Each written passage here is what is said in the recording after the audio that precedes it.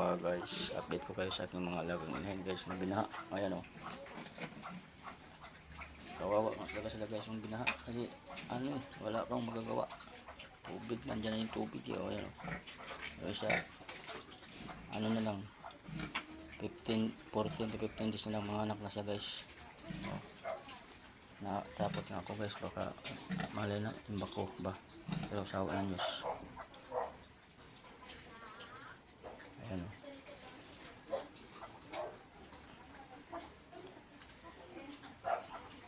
Ito naman siya guys, yan o, lumalaga, 6 na buwan na yan.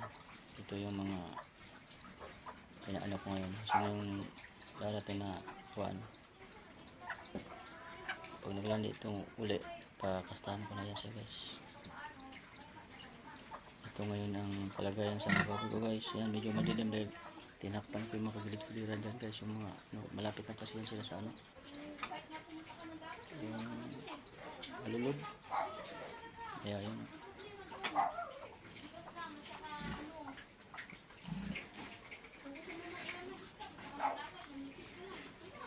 ayan guys ang kalagayan ng mga inahin ko ngayon guys.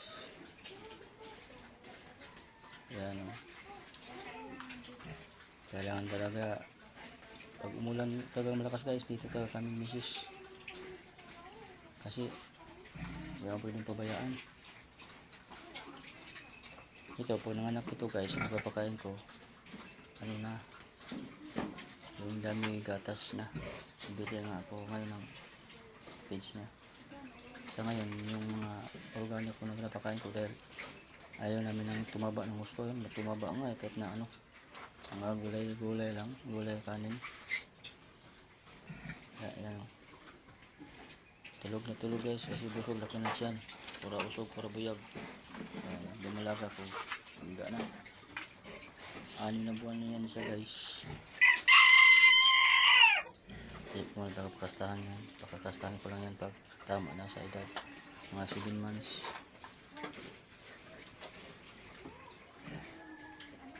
O yung mga content creator ko dyan, mga followers ko, kung sino mang magpanood sa video ito, mag like, mag share o mag comment dyan sa baba, mag iwan ng bakas para pabalikan ko kayo. Pag ako magsabi babalikan ko talaga. Ayun, hikab na guys.